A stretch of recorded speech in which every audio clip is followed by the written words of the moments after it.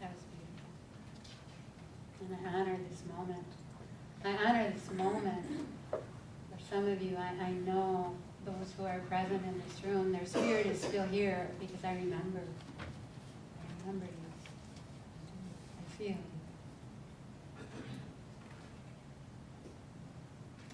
The title that I came here with is Spiritual Prosperity, Unlimited Possibilities. And as you're singing, and as I'm hearing you read that beautiful heartbeat, that's all it is. It's spiritual prosperity. Prosperity in terms of I am love, I am light, I am peace. It's all of it. It's all the human experience right here. God in expression. And it's poignant, and it's bittersweet, and it's what makes the heart, as my mother would say, kvel. It's what makes the heart full and beat with possibility and joy. Because there's joy in the journey. If we never had this experience, what would our life be like? So today I'm asking you, this congregation, I'm asking you to think beyond prosperity as tangible, as the manifestation, as money, and money's nice, and we need it, and I love it. I'm asking you to think beyond into a totality of spiritual prosperity, because that's where the unlimited possibilities come in. So thank you. Thank you for this experience. I'm so grateful to walk in here and to see all the changes and all the beauty that is here. And Connie and Jeff, wherever you are, thank you. I know you're out there somewhere, Jeff. But Connie, yeah, thank you. You know, for all of this, and the design, the concepts, the ideas, and then the congregation for having faith enough in these incredible ideas and bringing them all to fruition. Another example of spiritual prosperity, unlimited possibilities.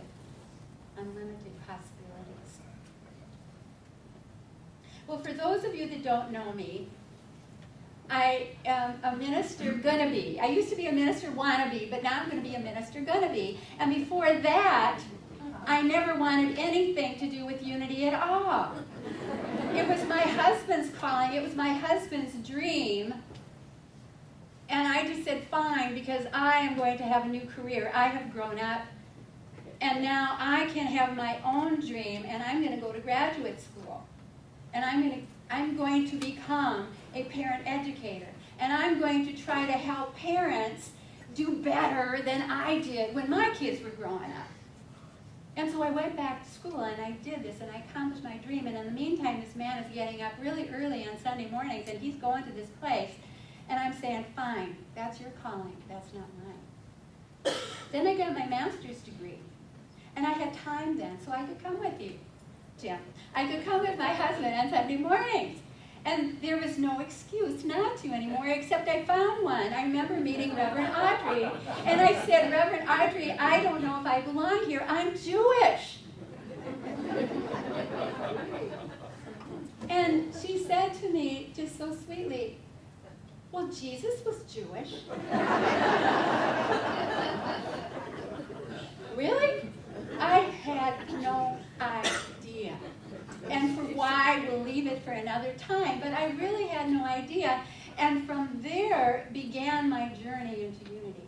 Because I was invited to bring my Jewish heritage. Actually find my Jewish heritage and bring it here.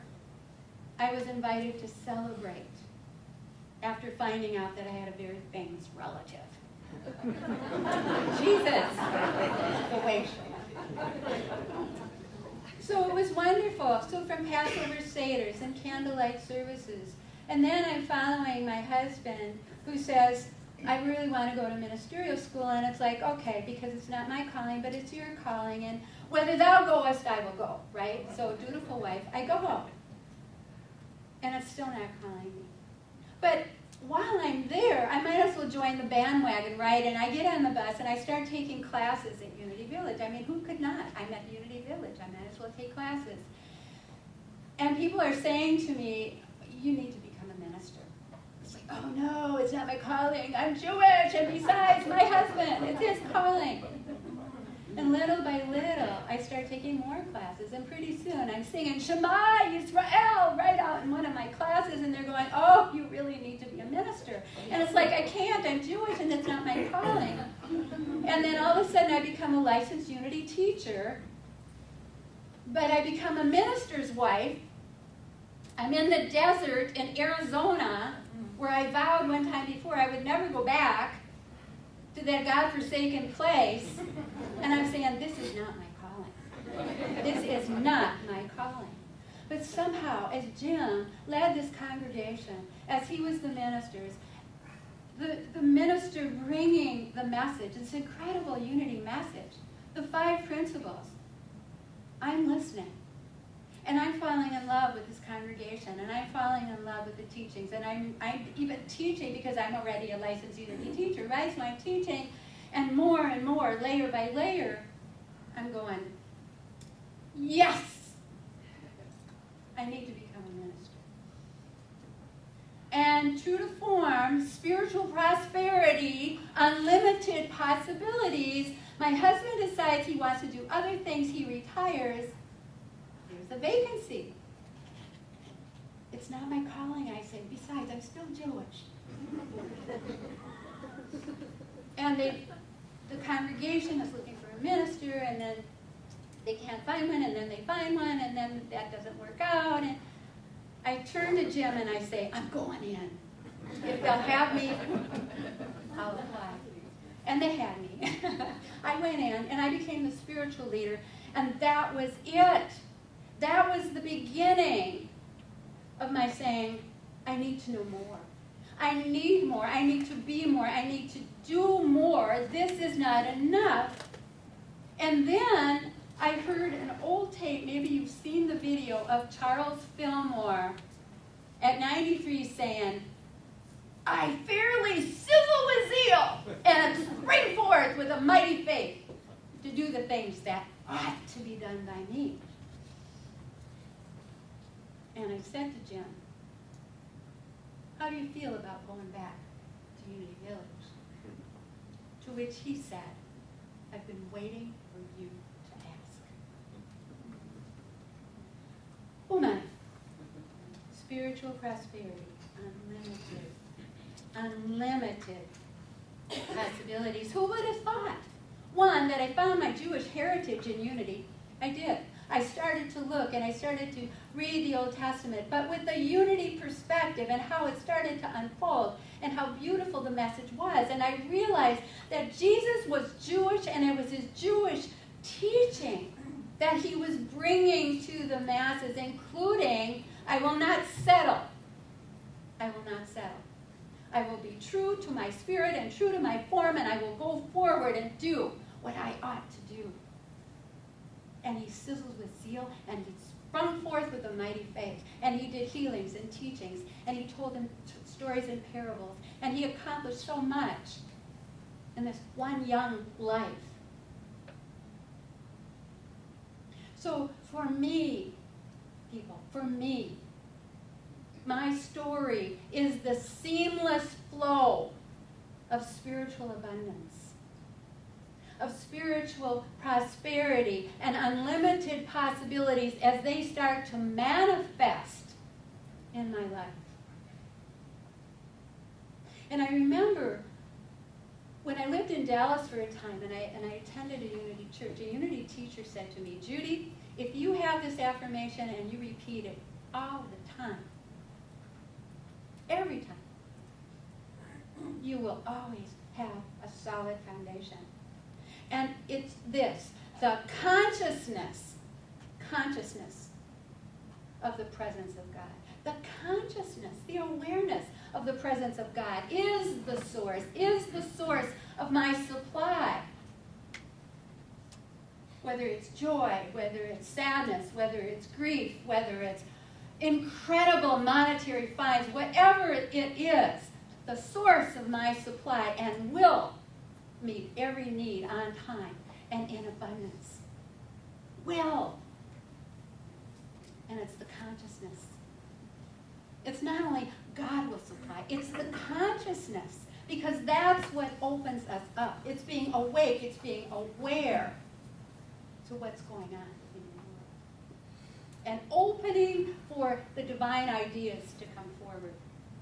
So this talk then is about what is spiritual prosperity, how it unleashes the unlimited possibilities, some tools and affirmations which you're already using. Isn't that grand? Yeah. And then how we can apply it to this spiritual center. This consciousness of true prosperity, it's a consciousness of rich ideas when we align with divine mind. When we align with divine mind, spirit, source, energy, whatever you choose to call it. Sometimes we call it higher power, right? It's just whatever speaks to us of something that is so totally beyond us, and yet not only beyond us, but in us and through us. There was a song you were singing. We're swimming in a sea of it, right? Everything is holy now. That's the consciousness of awareness of the presence. And it comes to us through the creative process. Have you studied the creative process here? No? Yeah?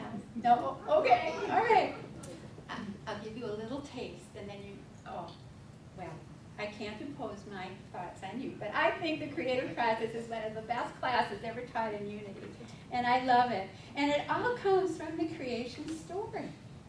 And so I just wanted to read this to you, and indulge me. I'm going to read it first in Hebrew, a part of it, and then I'm going to read it in English too. Because it's the unfolding of how we take these ideas, how we put them out there, and then how they unfold and manifest. So, this is from what I call the Old Testament, because when I was growing up, it was the Old Testament. And so for me, it's still politically correct. Okay, Bereshit bara Elohim et hashamayim ve'et ha'aretz. V'ha'aretz hayita tahu u'bahu v'choshech al panei tahut v'ruach Elohim merachefet al panei hamayim. Vayomer Adonai. Vayehi or. Vayehi or. Vayira Adonai. Haor Tov. When God began to create heaven and earth, the earth being unformed and void, with darkness over the surface of the deep, and a wind from God sweeping over the water, God said, "Let there be light." And there was light. And God said, "That's good." And that's good because metaphysically, light, ideas. Light metaphysically represents the ideas. So from a void of nothing, or though we could call the void all the unmanifest possibilities, comes the idea, the light bulb, and all the world begins to manifest. So of course, you know the rest of the story. The Genesis 1 is all about the creation, right? But it's all an idea. And it isn't until Genesis 2 that it becomes manifest. We don't see hide nor hair of Adam until Genesis 2. That's where God breathes life, ruach. Now, what does this have to do with spiritual prosperity? That is prosperity. It's the creation. It's how you take an idea when you come into the sanctuary, Connie, and you look around and you go, and all of a sudden the ideas start to come in, and then you think, I think I'll make me a picture. And then, boom, there's the picture. Maybe more than that, but it starts with the idea. And it becomes manifest. So, you've heard the saying about, There's a person, he can't think himself out of a box, right? Do you know somebody who can't think themselves out of a box? You don't have to say it, but I've heard myself say it. Well, how do you think yourself out of the box? Imagine you're in 4 walls, a ceiling, and a floor. No vents, no doors. You're in this container. How do you get out of the box?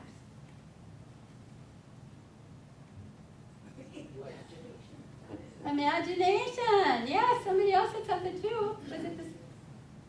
Ideas. Yes, you think yourself out of a box. Absolutely. That's what God in the Old Testament did.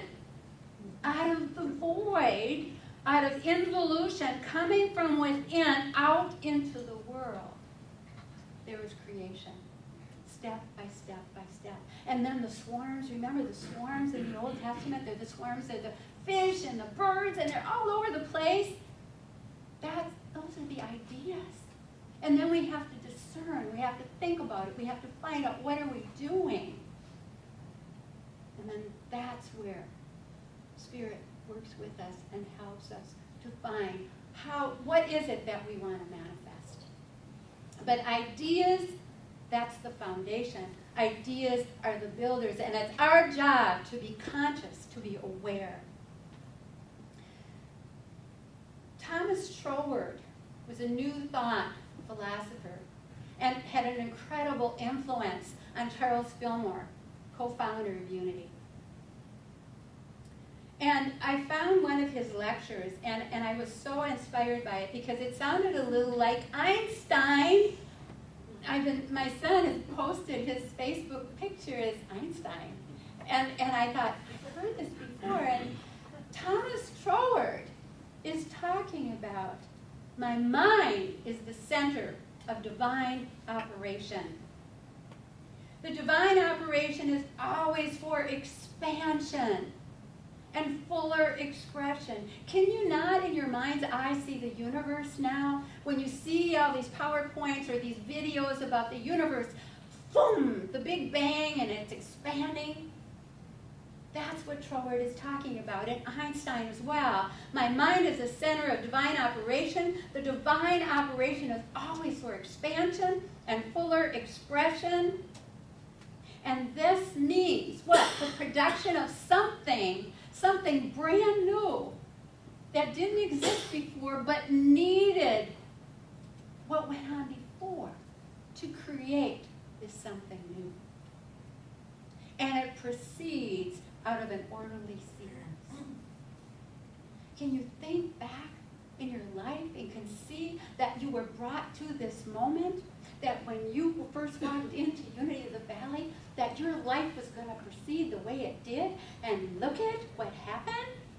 I'm trying to be anonymous here and not doing a good job. Really? You know, when I look around and I see all the things that have happened here, when I think of my being here, it's like, oh, I couldn't have done this. There's no way I could have done this. And all the sadness and all the joys. You know, they say if you want to be kind, wait, because you're going to get all sorts of people to help you learn how to be kind. And it's not going to be easy, but that's where the learning is. Okay? So the same thing occurs in me. Therefore, since divine cannot change its inherent nature, it must operate in the same manner with me.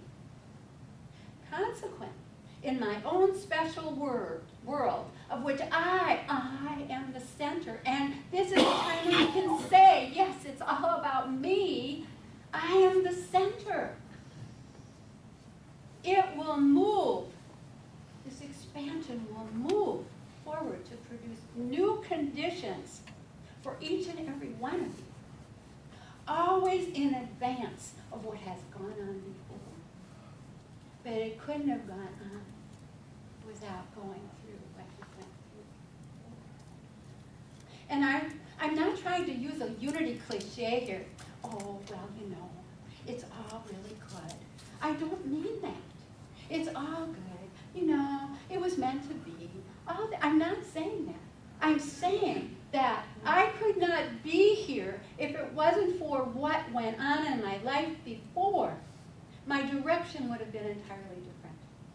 And I need to own that. I need to be aware of it. I need to accept it. And then decide. Use the third unity principle, thoughts held in mind produce in kind. As I see my reality, that's how I will manifest it. I will always be aware. And when I accept, then I am led towards my prosperity. Divine ideas would never come without a path to fulfillment. And I'm saying that because I never would have gotten to this place without divine discontent, where I was constantly, okay, I'm a spiritual leader, and I remember saying to Jim, I need to go to Unity Village. I really want to go there. Well, why?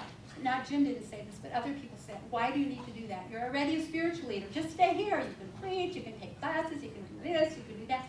I need more. I need more. And I knew that that was propelling me towards Unity Village. And I envisioned myself going there. What I didn't envision was the hell I was going to go through as I went through those 3 years. I'm with people that are having babies, and they're students. And I'm going, oh my God, what am I doing here? They're having babies, they're half my age. What am I doing? And then I come to realize that all the experiences that I have, I bring a richness and a depth of perspective that I couldn't have if I was still having babies. So I was brought to this place by divine discontent, moving me toward that expansion. I need to bring this to a close because one of the things that I try to honor is the time that you all spend in a unity service. And so I could go on and on and on. However, I just want to ask you some questions. One of the things that I realized, the divine discontent came for me because I knew I had to be more. I knew I had to know more. I knew I had a mission to accomplish, and I found that. I wanted to reach out into community. I wanted to be of service. I wanted to follow the teachings of Jesus and serve people. I knew that. And until I could find out what my purpose was, there was no way I could set out to follow my dreams. So I need to ask you a couple of questions. One, what is your purpose as a spiritual center? What have you come here to do? Because that's part of your spiritual prosperity and the unleashing of unlimited possibilities. Because you will manifest what your intentions are. Now, I know full well you're working on getting a minister. I know full well you're working on material prosperity. I know full well you're working on supporting each other and loving each other.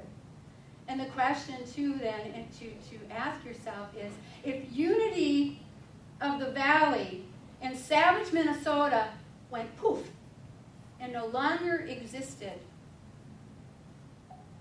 what would this community miss? What would Savage, Minnesota miss if you weren't here anymore?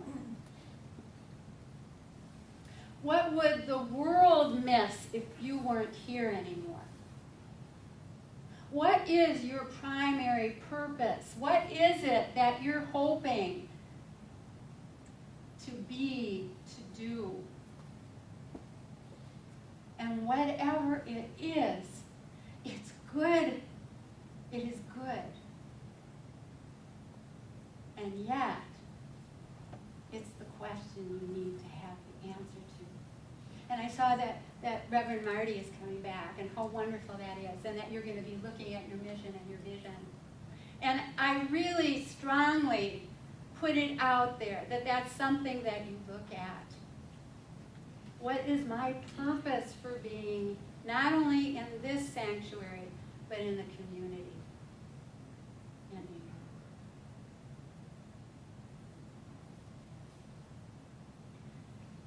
I was told when I talked to Peggy about speaking here that some of you were going to do an Earth Day service. And so I really want to add that as part of spiritual prosperity and unlimited possibilities. You have created some beautiful landscaping around. You've done a beautiful job with your space. And I invite you to look at also how we treat our earth, how we treat our planet, how we treat our trees and our flowers, how we treat that is how, it's a manifestation of how we treat our spirit, our source. One of my strong beliefs is that we are here as an expression of God. We are here so that spirit, source, could experience itself as love, as compassion,